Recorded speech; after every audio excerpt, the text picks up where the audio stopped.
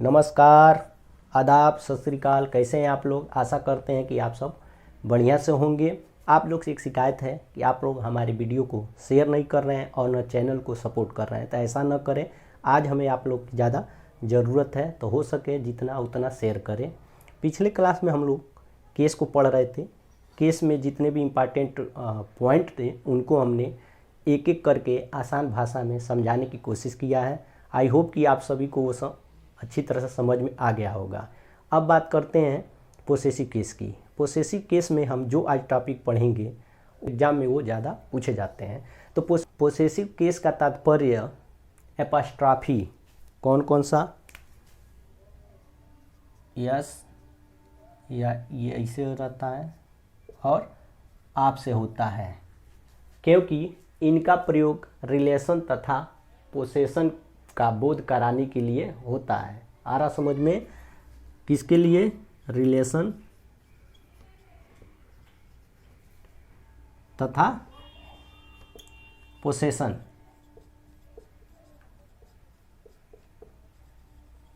Possession का बोध कराने के लिए होता है, जिसका अर्थ का की किस से होता है। किससे होता है? का के की से। आ रहा समझ में? अभी हमने जो लाइन बोला है उसको ठीक से समझिए कि क्या हमने बोला था।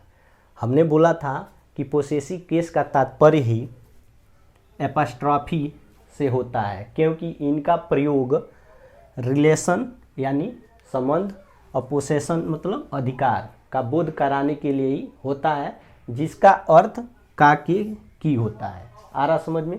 अब देखिए, इसी को हम एग्जाम्पल से समझते हैं कि जो ये बताए हैं का की के और ये इन दोनों का संबंध इस एग्जाम्पल में दिया होगा, तो हम इसको समझ लेते हैं एग्जाम्पल से। उसके बाद हम बताएंगे कि पोसेसिव केस का प्रयोग किस में किया जाता है और कहाँ नहीं किया जाता है। पोसेसिव का मतलब समझ रहे हैं ना, कि एपॉस्ट्रॉफी जो दिया है उनका प्रयोग किस सेंटेंस में होगा और किस सेंटेंस में नहीं होगा। एग्जाम्पल से सबसे पहले इनका हम लोग देख लेते हैं। एग्जाम्पल में है जैसे राम्स ब्रदर। आ रहा समझ में? देखिए, ये हो गया राम का भाई। अब इसी को एक और लाइन में लिख सकते हैं, इसी को इस प्रकार लिख सकते हैं कि द ब्रदर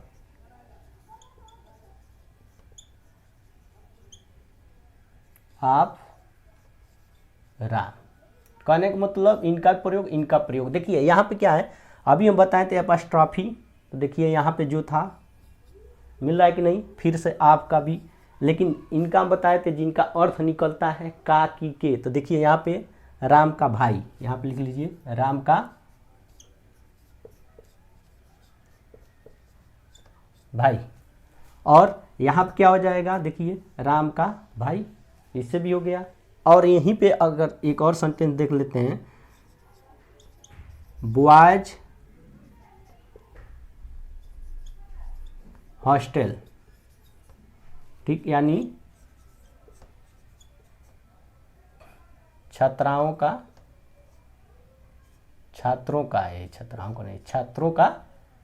हॉस्टल। आ रहा समझ में? तो देखिए जो एपॉस्ट्रॉफी बताए थे उनका भी प्रयोग हो रहा है बाकायदे। यहाँ ये हो गया, यहाँ ये हो गया। यहाँ पे अगर लिखा जाता, जैसे मान लेते हैं लिखा हो BOY ऐसे एपॉस्ट्रॉफी यस करके लिखा जाता हॉस्टल, तो क्या होता है, गलत हो जाता, क्योंकि लड़के का हॉस्टल नहीं होता है। किसका होता है? लड़कों का हॉस्टल होता है। आ रहा समझ में? तो यहाँ पे हमने बताया था पोसेसिव का तात्पर्य एपॉस्ट्रॉफी से होता है, तो एग्जाम्पल से बता दिया वो एपॉस्ट्रॉफी कौन होता है, यस होता है। एपॉस्ट्रॉफी यस और आप होता है। समझ में आ रहा है? चलिए अब देखते हैं कि यूज इनका, पोसेसिव का यूज कहाँ होता है कहाँ नहीं होता है। ठीक, देखिए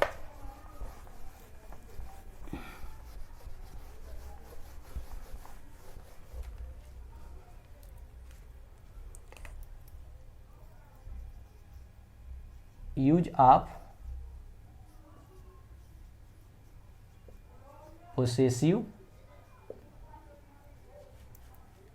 एंड, चाहे ऐसे लगा लीजिए आप लिख करके,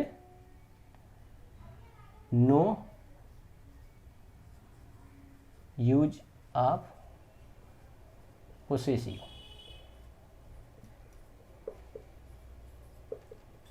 ठीक है, अब यहाँ पे पोसेसिव का यूज कहाँ कहाँ किया जाएगा उनका हम लोग रूल्स के हिसाब से करेंगे, यानी कुछ रूल्स हैं जो यहाँ पे जानेंगे। इन्हीं रूलों को एग्जाम में पूछता है एग्जाम्पल के रूप में। तो पहला रूल क्या हो जाएगा वो देखते हैं। पहला रूल है नॉन लिविंग थिंग्स। कौन सा?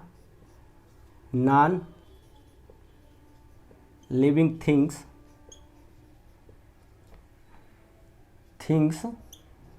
यानी निर्जीव वस्तुओं का, निर्जीव वस्तुओं के साथ, ये क्या हो जाएगा? नॉन लिविंग का मतलब निर्जीव वस्तुओं कहिए या पदार्थों के साथ एपस्ट्राफी का प्रयोग नहीं होता है, यानी इसका प्रयोग नहीं होगा। आ रहा है समझ में? इसका प्रयोग नहीं होगा। चलिए, अब नहीं होगा तो किसका यूज होगा? तो होगा वहाँ पे आपका प्रयोग होगा, वहाँ पे आपका प्रयोग होगा।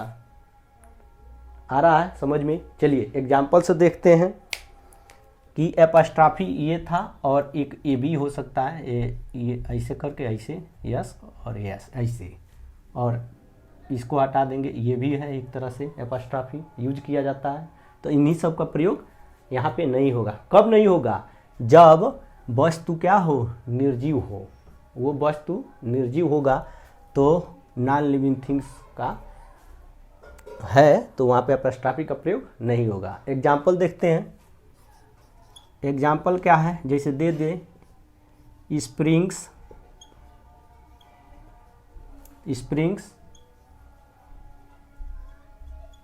फ्लावर्स, और यहाँ पे देखिए ये एपस्ट्राफी लगा है। तो यहाँ देखिए ये क्या है? स्प्रिंग। इसका अर्थ क्या होगा? वसंत के फूल, वसंत के फूल, इसका अर्थ निकलेगा। तो यहाँ पे जो वसंत है ये क्या है? निर्जीव है ना, नॉन लिविंग है। तो नॉन लिविंग है तो हम क्या बताए थे कि इसके साथ एपस्ट्राफी का प्रयोग नहीं होता है। एग्जाम में ऐसे ही दिया रहेगा और कह देगा कि बताइए कहाँ गलत है। सेंटेंस दिया रहेगा ना पूरा, तो उसको कई पार्ट कर देगा, 3-4 पार्ट में कर देगा, पूछेगा कौन से पार्ट में गलत है। तो जब तक ये आप जानते रहेंगे तब तक आप कर ले जाएंगे। आ रहा समझ में? देखिए इसको अब हम क्या लिख सकते हैं? लिख सकते हैं the flowers of the spring. आ रहा समझ में? देखिए हम बताए थे ना एपस्ट्राफी यस का प्रयोग नहीं होता है, तो किसका होता है बताए हैं? आपका। तो देखिए यहाँ पे आपका प्रयोग हो गया है। तो ये क्या सेंटेंस होगा? ये सही होगा। ऐसे ही इसको हम और लिख सकते हैं। क्या लिख सकते हैं? स्प्रिंग फ्लावर्स लिख सकते हैं। ये भी क्या होगा? सही होगा। आ रहा समझ में? चलिए अब देखते हैं हम लोग दूसरा इसका प्रयोग। आ रहा समझ में? आई होप कि आपको ये समझ में आ गया होगा। और इसके बाद एक और देख लेते हैं एग्जाम्पल। जितना एग्जाम्पल हम देखेंगे उतना इसका कन्फ्यूजन दूर होता जाएगा। दूसरा एग्जाम्पल है, दिया रहेगा द हाउसेज फ्लोर, या चलिए फ्लोरे कर लेते हैं। ठीक, तो अब बताइए यहाँ पे क्या होगा? ये सही होगा? कहने का मतलब घर का फर्श, रूफ रहता तो छत हो जाता, तो घर का फर्श जो है ये क्या होगा? ये गलत होगा। क्यों? क्योंकि हाउस जो है वो क्या है? नॉन लिविंग है, निर्जीव है। निर्जीव है तो निर्जीव के साथ एपस्ट्राफी का प्रयोग नहीं होगा, यानी इसका प्रयोग नहीं होगा और इसका प्रयोग नहीं होगा यहाँ पे। ठीक, अब देखिए जब नहीं होगा तब क्या हम यहाँ पे प्रयोग करेंगे? लिखेंगे the floor of the house. देखिए हो गया कि नहीं? एपस्ट्राफी का प्रयोग नहीं हुआ है, यहाँ पे किसका प्रयोग हुआ है? आपका हुआ है। तो ये भी सेंटेंस क्या हो जाएगा? सही हो जाएगा। अगर यहीं पे अगर आपको लिखना ही है तो आप क्या लिखते, अगर एक और लिख देते द हाउस फ्लोर, तो ये भी क्या होता है, सही हो जाता है। यानी अपस्ट्रॉफी का प्रयोग यहाँ नहीं करते। आई होप कि आपको समझ में आ रहा होगा। अब हम क्या करेंगे, अब इनको एक सेंटेंस में रख के तब हम समझाते हैं कि क्या होगा इसका अर्थ। एक और ले लेते हैं एग्जाम्पल। एग्जाम्पल कौन सा है,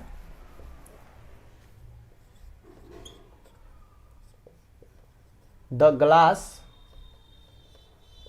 ग्लास एपस्ट्रॉफी लगा है यहाँ पे, उसके बाद बॉटम इज डर्टी। ये सारे रूल एग्जाम में पूछे जाते हैं, सेंटेंस में दिए रहेंगे। जब तक इसको मालूम नहीं कर पाएंगे या मालूम नहीं रहेगा तब तक वहाँ पे सॉल्व नहीं कर पाओगे, गलत हो जाएगा। है बहुत ईजी, आ रहा समझ में। अब देखिए यहाँ पे क्या है, एपस्ट्रॉफी लगा है, तो एपस्ट्रॉफी का प्रयोग नहीं होगा। क्यों नहीं होगा, क्योंकि वो जो शब्द है वो क्या है, नॉन लिविंग है, निर्जीव है।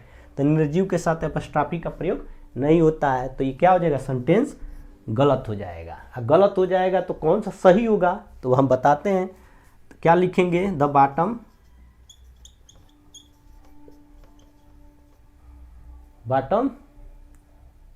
ऑफ द ग्लास, यहाँ पे जी कैपिटल भी कर सकते हो, आ रहा समझ में। उसके बाद क्या हो जाएगा, इज डर्टी। आ रहा समझ में। इस तरह से आप सॉल्व करोगे।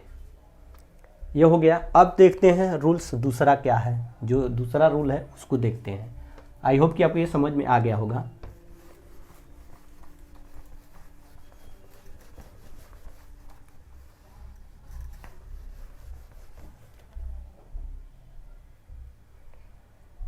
रूल्स दूसरा है कि अगर नाउन सिंगुलर में है, कहने का मतलब कि एपस्ट्रॉफी का प्रयोग हमेशा सिंगुलर के साथ होता है। सिंगुलर सब्जेक्ट के साथ होगा, नाउन के साथ होगा। आ रहा समझ में। तो देखिए हम क्या बताए हैं कि जब सिंगुलर रहेगा नाउन तो उसके साथ एपस्ट्रॉफी का प्रयोग होगा। तो देखते हैं इसका एग्जाम्पल। पहला एग्जाम्पल है राम्स बुक, ये आपका है। अब यहाँ पे देखिए जो राम है वो क्या है, सिंगुलर है कि नहीं है, तो है, सिंगुलर है। तो वही कह रहा है कि सिंगुलर के साथ एपस्ट्रॉफी का प्रयोग होता है। यानी इसका मतलब हुआ राम का किताब।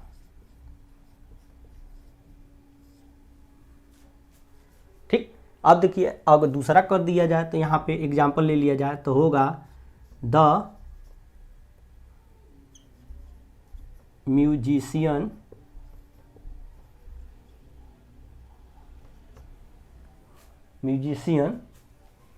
वाइफ। ये हो गया एग्जाम्पल। तो यहाँ पे देखिए म्यूजिशियन क्या है, ये सिंगुलर है, एक वचन में है, तो इसके साथ एपस्ट्रॉफी लगेगा ही लगेगा। तो ये भी क्या हो गया, यहाँ पे सही हो गया। आ रहा होगा समझ में। अब चलते हैं, देखते हैं नेक्स्ट रूल कौन सा है।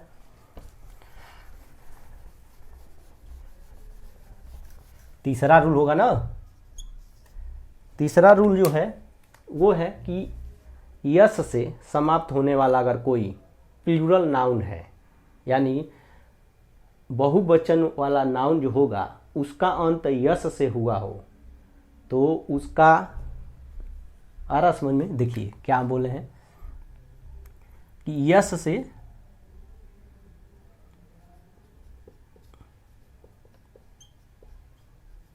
समाप्त होने वाला प्लूरल नाउन हो तो उसको हम लोग क्या करते हैं, एपस्ट्रॉफी लगा के पोसेसिव बनाते हैं। यही इसके कहने का मतलब है। अब एग्जाम्पल देखते हैं कि वो सेंटेंस कौन सा है। जैसे हम देख लेते हैं, गर्ल्स हैं, गर्ल्स, ठीक, और यहाँ पे यस है, ठीक, और हॉस्टल कर दे रहे हैं। आ रहा समझ में? तो देखिए यहाँ पे क्या होगा, ये सेंटेंस क्या होगा, गलत हो जाएगा। कैसे गलत हो जाएगा? यहाँ पे गर्ल्स है ना, देखिए तो गर्ल्स क्या हम बताए थे, प्लूरल नाउन, तो ये क्या है, बहुवचन संज्ञा है, तो इसके साथ अपस्ट्रॉफी केवल ये लगाएंगे ऐसे ही। ये भी तो है, अभी अपस्ट्रॉफी का बताया ना प्रतीक कौन सा होता है, ये देखिए एक ऐसे हो जाएगा और दूसरा ऐसे हो जाएगा, इसी तरह से प्रयोग करना होगा। तो यहाँ पे कौन सा लगेगा, ये वाला लगेगा। अब देखते हैं दूसरा, इसका दूसरा में भी वही आप ले सकते हैं, जैसे बॉयज हो गया आपका, चाहे एक और ले लेते हैं, वो ये रिपीट होने वाला है, टीचर्स डे।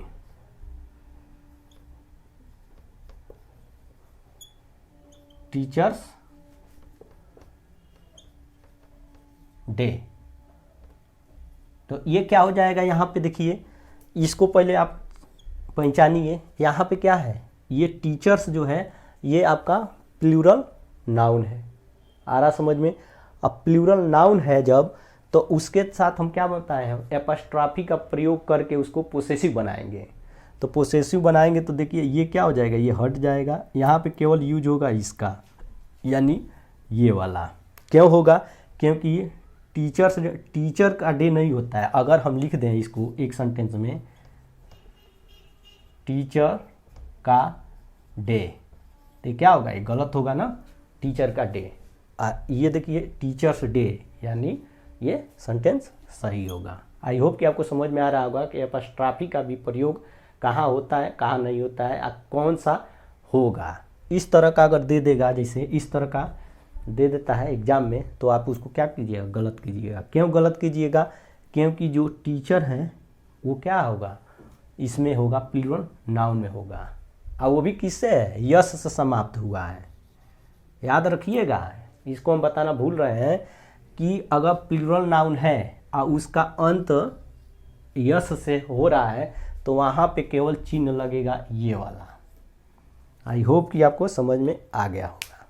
तो देखिए हर जगह है, यहाँ पे भी जो प्लूरल नाउन है वहाँ पे यस लगा है, यस लगा हुआ है, वही क्या हो जाएगा, प्लूरल नाउन हो जाएगा। उसके साथ ऐसे प्रयोग करेंगे।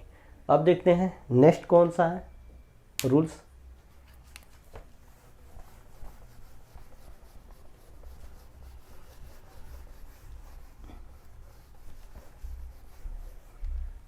नेक्स्ट रूल में कौन सा होगा, चौथा होगा ना। चलिए चौथा देखते हैं। अब कह रहा है कि विदाउट, देखिए लिखते हैं विदाउट यस से एंडिंग हुआ, यस से एंडिंग यानी समाप्त हुआ प्लूरल नाउन अगर है,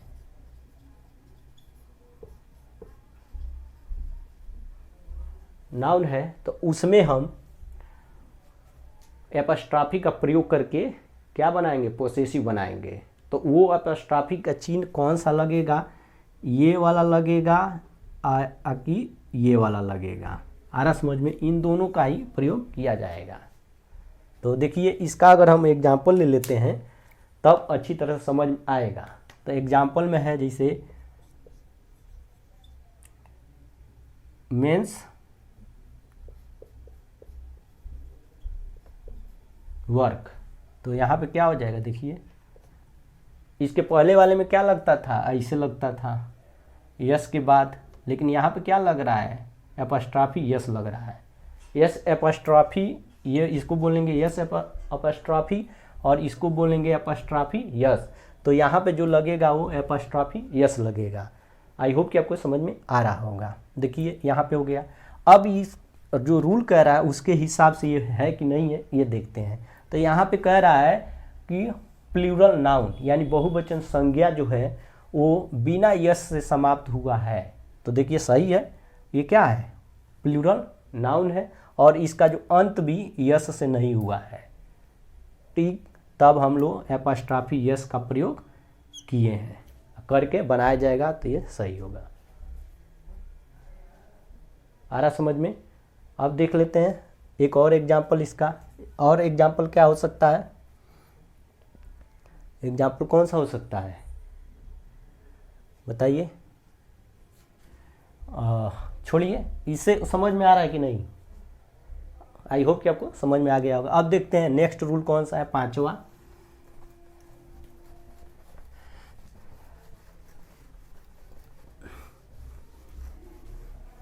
है कि जो हिसिंग साउंड होता है, ठीक है, हिसिंग साउंड से समाप्त हुआ जो होगा, नहीं तो इसको छोड़िए, कल हम लोग इसको पढ़ते हैं।